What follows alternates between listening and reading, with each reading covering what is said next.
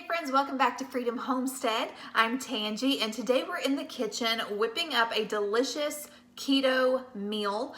This meal is going to be for the whole family, not just for me.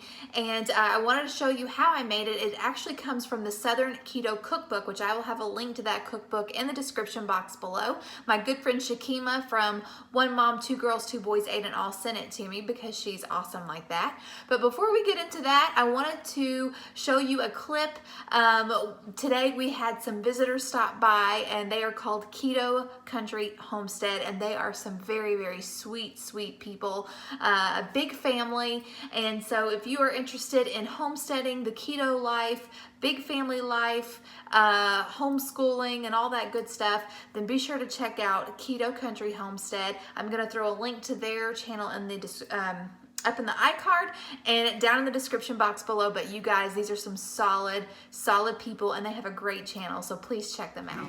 Hey guys, I have got a house full of homesteaders. Woo! Yeah, this is Keto Country Homestead, and they are passing through on their way to the shindig out there with Roots and Refuge and VW Farms. So they are awesome enough to stop by and break bread with us. So we're very excited to have them here.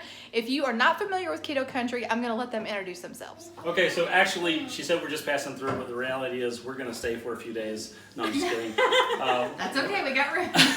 We're going to leave here soon and get back on the road, but just to say hi and what our channel is about, I'm David. And I'm Kathy. And we are Keto Country Homestead. And what we do on our channel is we share recipes, we share our life and our farming endeavors, and we just want to get to know people, and we want them to get to know us. That's awesome.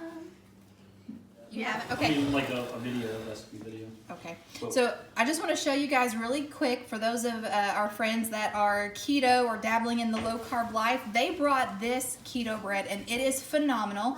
So if you head on over to their channel, they're going to be posting us eating it and talking about it, and then you'll know what I think about it. So one more thing before we get into the cooking video, I have to show y'all an apron that Kathy made for me. It is so cool. So hang on, this is, I gotta figure out how I'm gonna do this. Look at this. Isn't this the coolest thing? It's a gathering apron. And she made it so well. It's double lined. And do y'all recognize this material? Yeah, she said it, and she saw it. She thought of me, and the reason why she did was because I got an apron that's made out of this same material. So it's awesome. But yes, I absolutely love this apron. I wish I could get a better thing, but isn't this awesome? She did such an amazing job. It is so cute. And look at this. See, I can put eggs in here. I can put my tomatoes and cucumbers, and you know, if I just have to go out and pick a few things, I don't have to like have a basket or anything. I just put my apron on, go out there, pick some green beans and some okra. Anyway, thank you, Kathy. I love this apron. Hey friends, welcome back to Freedom Homestead. I'm Tangi, and today we're back in the kitchen. It's been a little while since we've cooked something together, but I am getting ready to cook my first dish out of the Southern Keto Cookbook that my friend Shakima sent to me. I'm gonna leave an affiliate link in the description box below for this. It is a wonderful cookbook. So excited to have it. It's a bunch of down-home, good Southern food that's just been keto-fied a little bit. So today's dish has 5.8 net carbs, but I am going to add about 4 ounces of white button mushrooms because I have them and I need to use them. So that's gonna add about 3 more net carbs to the entire dish, making each serving about 6 net carbs. So let's get cooking. Okay friends, so out of the Southern Keto Cookbook, what I'm making is on page 162. It is the Cheeseburger Mac Helper. Instead of noodles, we're gonna be using cauliflower. So this looks really simple. This is a very inexpensive meal to make. Yeah, very excited. This is very budget friendly. And so let's get to cooking. In my Dutch oven over medium heat, I am crumbling up a pound, actually this is more like a pound and a half of ground beef. I'm just gonna crumble it up and then I'm going to add onions and cook the onions in with the meat. Once the meat is cooked through, we're gonna cut the heat off and drain the fat. Okay, sorry about that, guys. I got a phone call, but now we're cooking. So I've got a pound of ground beef in here and about 1/4 of a cup of chopped white onion. So we're gonna get this nice and cooked. And I also washed some white button mushrooms, and I'm going to chop these and throw those in there as well.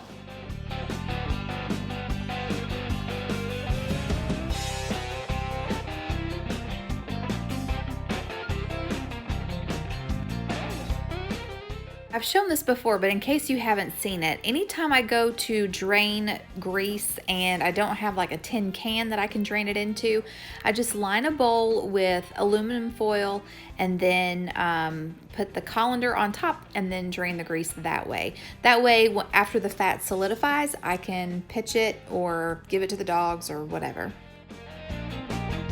Once I've drained the ground beef, mushrooms, and onions, I return it back to the heat. And now we're gonna add the rest of our ingredients.